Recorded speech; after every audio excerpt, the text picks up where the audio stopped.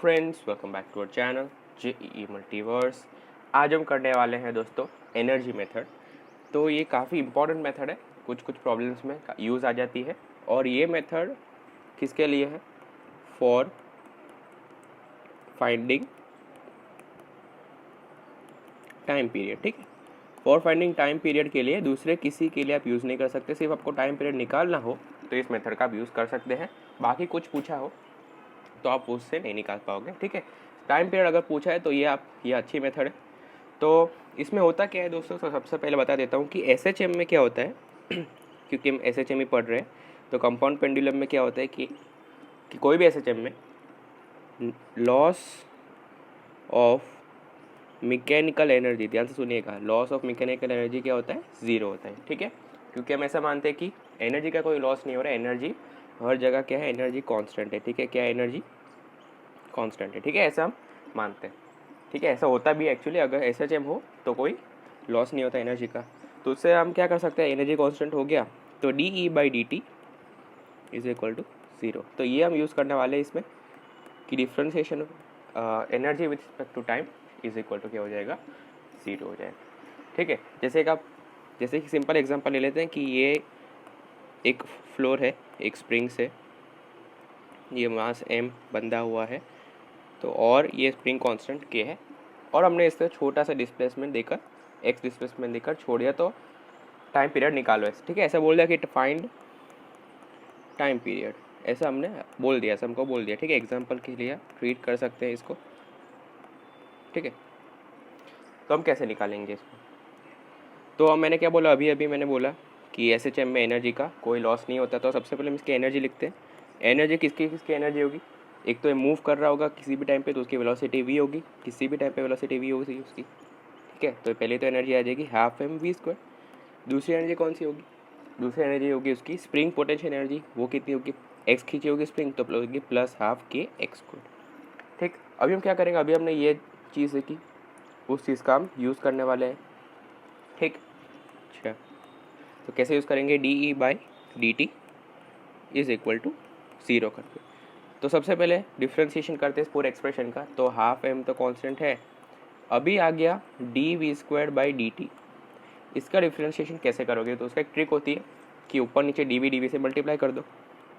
ठीक है, ऐसे मल्टीप्लाई कर दो तो ये dv और dv तो कट हो जाएगा ना। ठीक है, तो ये सेम रहता है, तो इसलिए हम ऊपर नीचे dv से मल्टीप्लाई कर देते हैं। प्लस सिमिलरली हाफ के कांस्टेंट है, अगर dx²/dt हम कर नहीं सकते तो dx²/dx इंटू dx/dt। आज chain rule basic, I hope कि आपको पता ही होगा। तो ये क्या हो जाएगा? हाफ m 2v, और dv/dt क्या हो जाएगा? एक्सप्रेशन हो जाएगा, प्लस हाफ k, ये हो जाएगा 2x, और dx/dt क्या हो जाएगा? वेलोसिटी। ये डिफरेंशिएशन ऑफ एनर्जी है, तो ये होना चाहिए कितना? 0 के इक्वल होना चाहिए। ठीक, इधर देख सकते हैं कि v और v कट हो जाएगा, हाफ और हाफ कट हो जाएगा, 2 और 2 भी कैंसिल हो जाएगा। इधर से क्या आ जाएगा? am,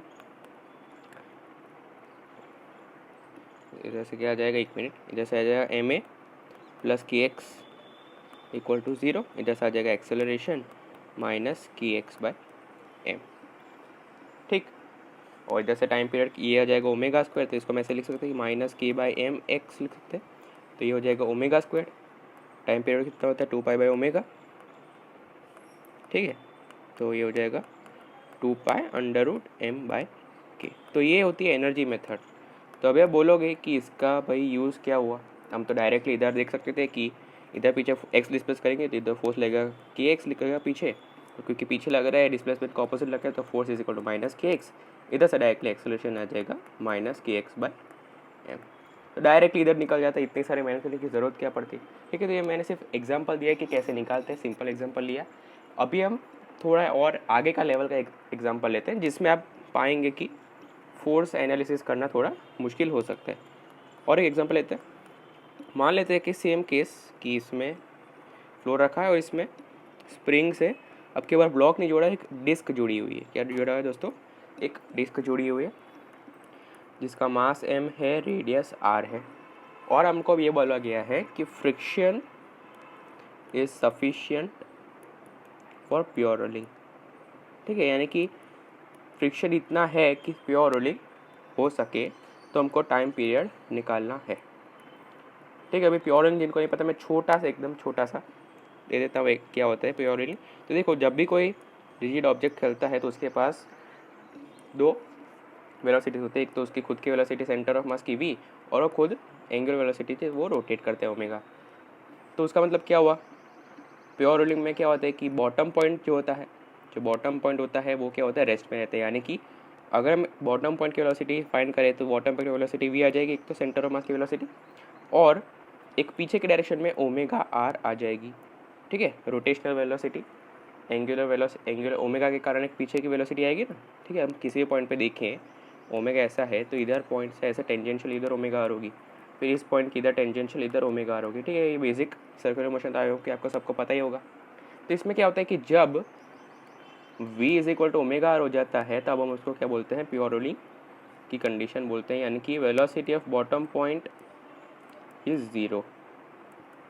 ठीक है, इस केस में ओमेगा क्या हो जाता है, v बाय आर होता है, और इस केस में बॉटम पॉइंट स्लिप नहीं करता, वो रेस्ट पे हो जाता है। यानी कि बॉटम पॉइंट स्लिप नहीं करता, वो सिंपल रेस्ट में होता है वो। ठीक है, तो कैसे एक्सप्लेन करते हैं, चलिए एक और एग्जांपल लेते हैं कि मान लो कि इसके छोटे छोटे एक पैर है। ठीक है, हम जब चलते हैं तो इसके छोटे छोटे एक पैर है, तो जब हम चलते हैं तो ये हमारा पैर तो रेस्ट पे ही होता है, ये वाला हमारा जो होता है शू यानी कि जो भी लेग होता है वो रेस्ट पे होता है, और आगे का लेग मूविंग होता है। तो इसमें भी ऐसे कुछ मान लेते हैं, ऐसा ही कुछ होता है। मान लीजिए कि ये रेस्ट पे होता है और आगे का पैर आने वाला होता है, तो ये बॉटम मोस्ट पॉइंट जो होता है वो हमेशा रेस्ट पे होता है। ठीक है, ऐसा आप मान सकते हैं।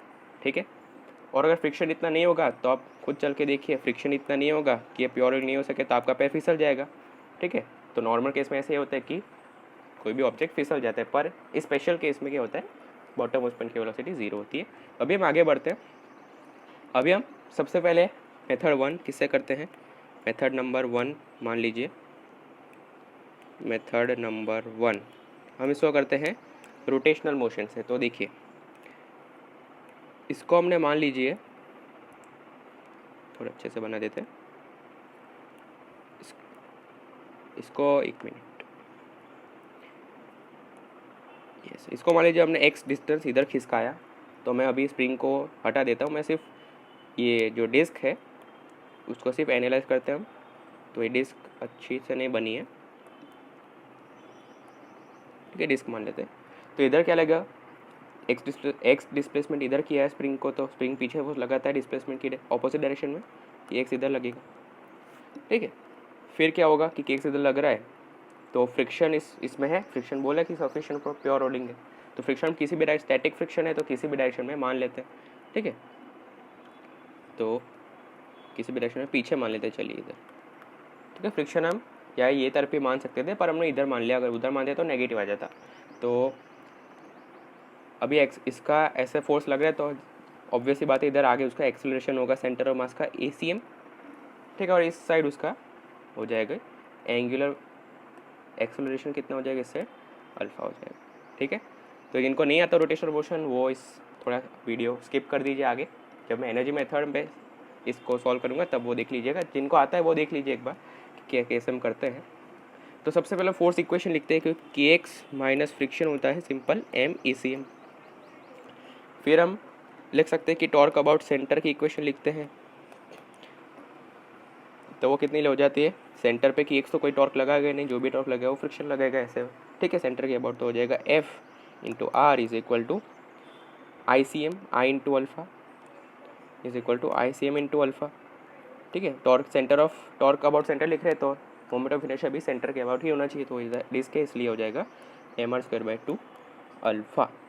और एक जब बोले कि प्योर रोलिंग है तो क्या हो जाएगा, सेपरेटली ड्रॉ कर देता हूँ कि इधर ACM है, इसका इधर अल्फ़ा है, तो नीचे बॉटम मोस्ट पॉइंट पे ACM इधर हो जाएगा, और नीचे आर अल्फ़ा एक्सप्रेशन इधर आ जाएगा। तो प्योर रोलिंग है तो ये दोनों एक्जैक्टली इक्वल होने चाहिए ताकि कैंसिल हो सके। तो एक और इक्वेशन आ जाएगी हमारे पास कि ACM इक्वल्स आर अल्फ़ा। तो 3 इक्वेशन है, 3 वेरिएबल को है, कौन से फ्रिक्शन, ACM और अल्फ़ा, 3 वेरिएबल है। अब सॉल्व करेंगे तो आप पाएंगे कि आफ्टर सॉल्विंग क्या आता है कि फ्रिक्शन रहता है हमारे पास सिंपली kx/3 आ जाता है। ठीक है, और आप क्या पाएंगे कि आप सॉल्व कर लीजिएगा तो आएगा ACM is equal to 2/3 K/m x। ठीक, इधर से हमको मिल रहा है कि ACM है 2/3 K/m x, तो ये क्या हो जाएगा, ये चीज़ ओमेगा हो जाएगी। ठीक है, ओमेगा। आप बोल रहे कि नेगेटिव क्यों नहीं है, क्योंकि हमने ऑलरेडी एक्स नेगेटिव कंसिडर कर लिया। कैसे कर लिया, क्योंकि एक्स इधर खिसका है ना, तो ACM देखो इधर लग रहा है, तो ऑलरेडी वो अपोजिट डायरेक्शन में तो है ही, इसलिए नेगेटिव इधर नहीं आ रहा। ठीक है, तो ये हो जाएगा। तो टाइम पीरियड सिंपली हो जाएगा क्या, टाइम पीरियड जो हो जाएगा सिंपली 2π/ओमेगा। ठीक है, ओमेगा है इसका रूट, तो हो जाएगा 3m/2k। तो आप ये पाएंगे कि काफ़ी लंबी मेथड है फोर्स एनालिसिस करके, कि पिछले वाले क्वेश्चन में तो सिंपली F = -k आ जा रहा था, पर इसमें काफ़ी 3 इक्वेशन 3 वेरिएबल सॉल्व करने पड़ते हैं। तो इस पर हम दूसरी मेथड लगाते हैं, एनर्जी मेथड वाली। ठीक है, अभी हम लगाते हैं कौन सी method, energy method. Energy method तो इस केस में काफ़ी यूज़फुल मेथड है एनर्जी मेथड। ठीक है, अब चलिए एनर्जी मेथड को लगाते हैं, ये काफ़ी जल्दी हो जाएगा आपका। तो देखिए, इसमें कोई दिमाग इतना लगाने पड़ेगा कि फ्रिक्शन कहाँ लग रहा है, फिर प्योर रोलिंग है कि नहीं। इसमें सिंपल एक ही चीज़ करनी है कि देखो हमने एक्स डिस्टेंस किसका दिया, तो इसकी वेलोसिटी v हो जाएगी, ये रोटेट करने लगेगा ओमेगा से। और प्योर रोलिंग अभी भी बताया, तो v इज इक्वल टू क्या होना चाहिए, ओमेगा होना चाहिए। अभी भी ऊपर बताया मैंने प्योर रोलिंग के लिए। ठीक है, ठीक, तो नीचे वेलोसिटी 0 होना चाहिए बॉटम ऑफ स्पैन पे। तो इधर से आ जाता है v omega is equal to v/r। एक चीज़ यहाँ से आके अभी हम इसकी एनर्जी लिखते हैं फटाफट से।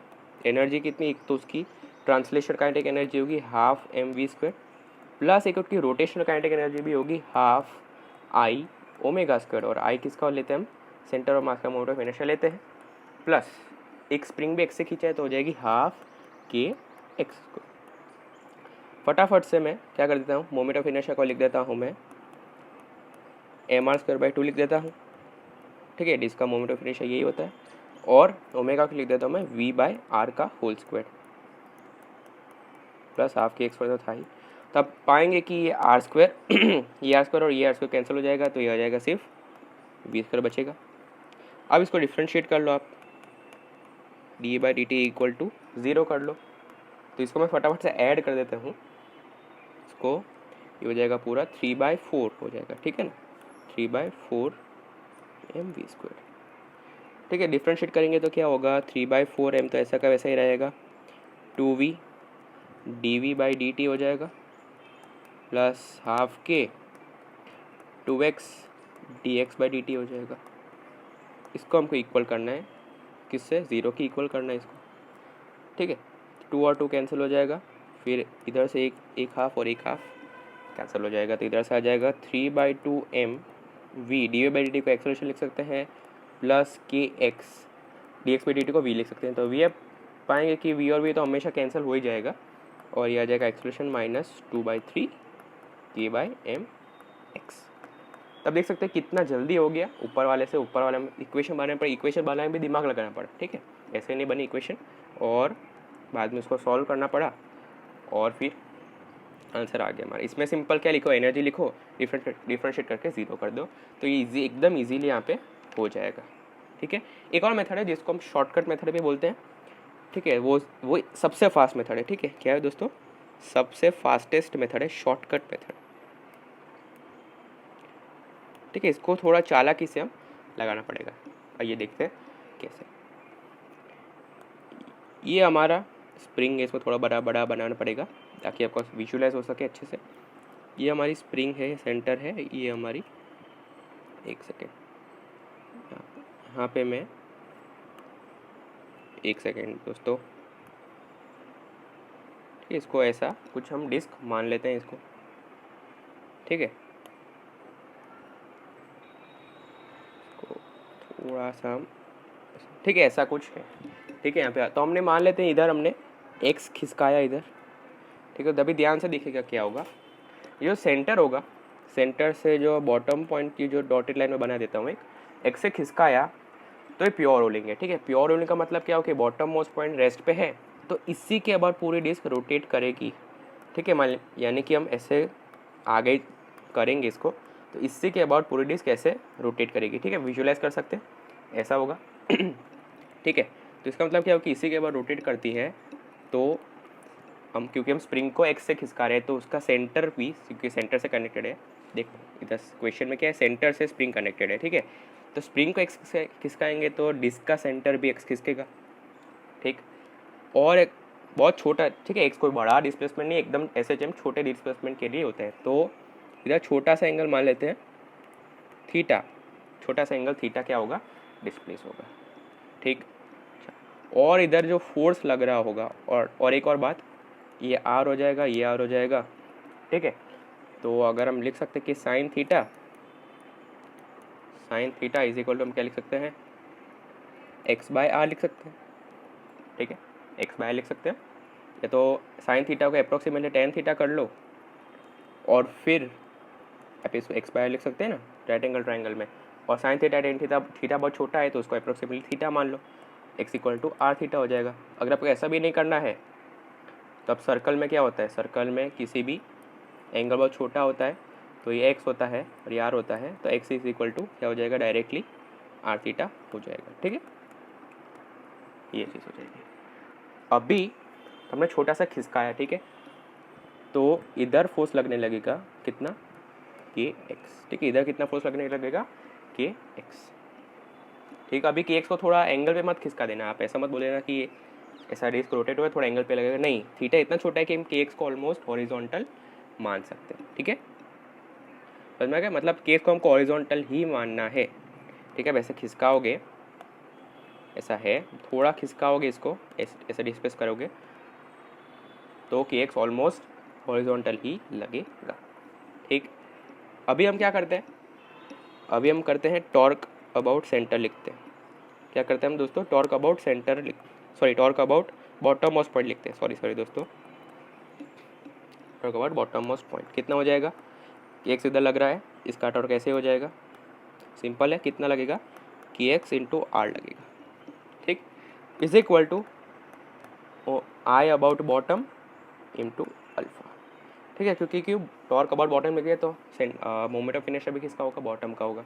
अभी इसमें क्या करना पड़ेगा, सेंटर के अबाउट मोमेंट ऑफ इनर्शिया कितना है, mr square by 2, r distance shift करना है तो पैरेलल एक्सिस के हम लगा सकते हैं, तो mr इधर 2 है, mr square by 2 plus mr square हो जाएगा ना ये, ठीक है, तो हो जाएगा 3/2 mr स्क्वायर, यह बेसिक आपको पता होना चाहिए, ठीक है। तो इसको मैं लिख देता हूँ इधर ही 3/2 mr स्क्वायर टू अल्फ़ा, क्या दिखेगा आपको, एक एक आर और एक आर कैंसिल हो गया, तो अल्फ़ा कितना आ जाएगा 2/3 के बाई एम एक्स, और नीचे एक आर भी आ जाएगा, ठीक है, आर को इधर रखते हैं, एक आर को इधर रखते हैं, और ये ऐसा हो जाएगा, ठीक है।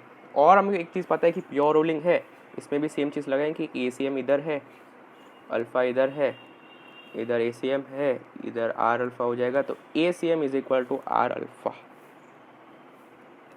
ठीक, इधर से डायरेक्टली आपको दिख जाएगा, ठीक है। 2 लाइन में हमारा जो आंसर आ गया, पिछले बार हमने डिफरेंशिएट किया था, उसके पहले तो हमने 3 इक्वेशन सॉल्व किए थे, तो वह ये सबसे शॉर्टेस्ट मेथड, ठीक है, तो ये हो जाएगा ACM is equal to r alpha, तो यहाँ पे क्या आ जाएगा, टाइम पीरियड आ जाएगा फिर से 2π√3m/2k, अग्रीड। एक और लास्ट इलस्ट्रेशन ले लेते हैं, उसके बाद क्या हो जाएगा, हम लेक्चर एंड कर लेंगे, उससे हम अभी फोर्स मेथड से सॉल्व नहीं करेंगे, उसको हम सिंपली किससे सॉल्व करेंगे, शॉर्टकट मेथड से और एनर्जी मेथड से, क्योंकि वो दोनों सबसे फास्टेस्ट मेथड है।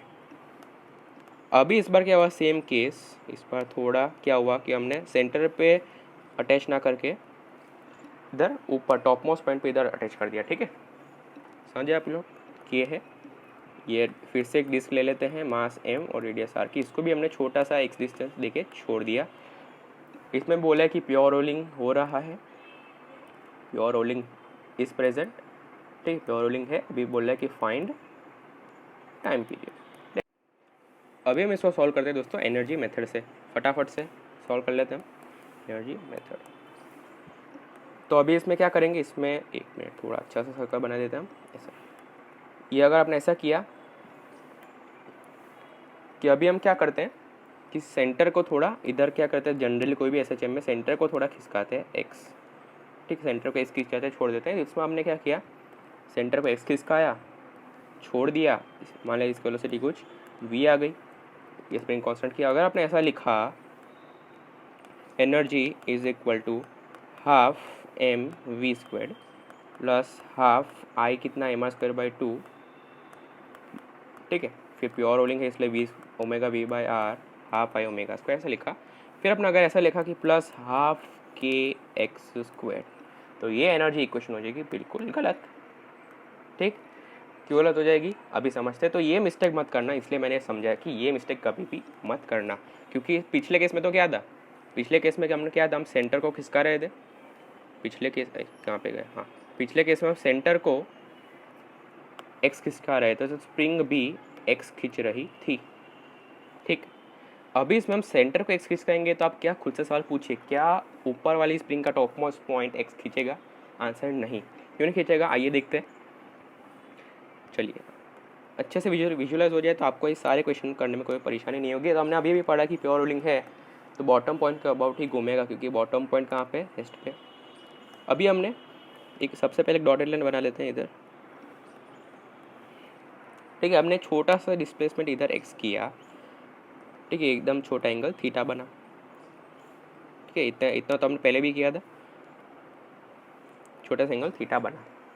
तो अभी प्योर रोलिंग है तो इधर आप समझिए कि बॉटम पॉइंट के ऊपर रोटेट कर रहा है, तो ये ऊपर वाला पॉइंट कितना खिसकाएगा, ठीक है। ये आर है, ये भी आर है, तो हमने लिखा कि x is equal to are theta.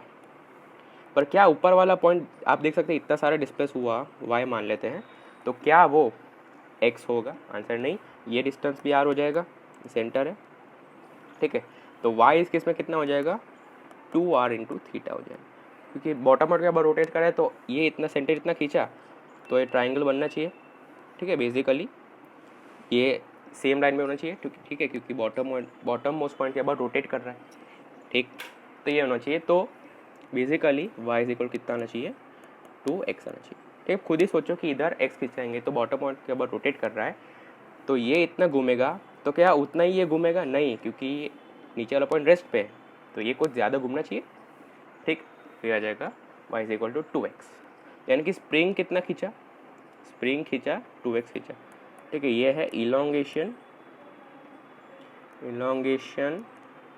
Of spring, ठीक है। स्प्रिंग इतना खींचा, तो इधर एक माइनस सा चेंज करना पड़ेगा कि हाफ के एक्स नहीं करना पड़ेगा, हमें इसको हाफ के 2x इंटू होल स्क्वायर करना पड़ेगा, ठीक है। ये चीज़ यहाँ पे सबसे इम्पॉर्टेंट बात थी, तो इसको आप डिफ्रेंशिएट करके 0 कर लीजिएगा। अभी एक लास्ट मेथड पे आ जाता है, शॉर्टकट मेथड, उससे तो इससे भी जल्दी आ जाएगा, उससे सेम डायग्राम यूज़ करेंगे हम, ठीक है। इधर ही लिख लेते हैं, चलिए इधर ही लिख लेते हैं शॉर्टकट मेथड को, ठीक है। तो इधर स्प्रिंग कनेक्टेड है, तो हमने इधर एक वायर खींचा, स्प्रिंग कितना खींच रहा है, स्प्रिंग इधर वाई खींच रहा है, तो फोर्स कितना लगाएगा, स्प्रिंग इधर लगाएगा, फोर्स स्प्रिंग 2Ky, ठीक। इतना स्प्रिंग इधर फोर्स लगाएगा। तो अभी हम फिर से लिखते हैं torque about bottom most point, या तो इसको बी पॉइंट मान लेते हैं। तो टॉर्क अबाउट बी कितना हो जाएगा, 2Ky into 2r is equal to moment of inertia of bottom कितना होता है, मोमेंट अभी ऊपर डिराइव किया 3/2 mr² इंटू अल्फा हो जाएगा। और हमको और एक चीज़ पता है, प्योर रोलिंग है, तो ये एक मिनट, ये आर और एक आर कैंसिल हो जाएगा, तो आर अल्फ़ा कितना आ जाएगा,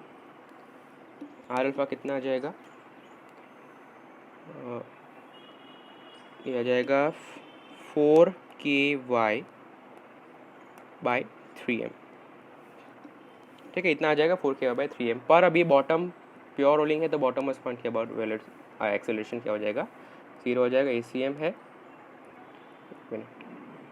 इधर ACM है, आर अल्फ़ा है, इधर ACM आर अल्फ़ा दोनों इक्वल होना चाहिए, तभी प्योर रोलिंग हो पाएगा। इसको मैं फिर से लिख देता हूँ ACM। और एक और चीज़ है कि हम y के फॉर्म में, तो अभी हम सीधा ऐसा मत कर देना कि टाइम पीरियड हो जाएगा 2π√3m/4k, ठीक है। ऐसा बिल्कुल मत करना, क्योंकि हमें x के रिस्पेक्ट में चाहिए एक्सेलरेशन, क्योंकि हमें सेंटर को x खींचवाया, ना कि टॉप मोस्ट पॉइंट को x खींचा, ठीक है। तो y की जगह हमको क्या पुट करना पड़ेगा, 2x इधर डालना पड़ेगा, तो यह आ जाएगा बाकी जगह 2x डालेंगे तो आ जाएगा 8kx/m आ जाएगा। अभी हम टाइम पीरियड लिख सकते हैं, टाइम पीरियड कितना आ जाएगा 2π√3m/8k। तो यही था दोस्तों, आज 3 मेथड हमने सीखे। एक तो फोर्स मेथड आपको आता ही था, एनर्जी मेथड हमने नया सीखा कि काफ़ी केस में एप्लीकेबल हो सकता है, और शॉर्टकट मेथड सीखा जो सबसे ज़्यादा अगर ऐसा कोई रोलिंग मोशन का बॉडी हो तो उसमें आप लगा सकते हैं।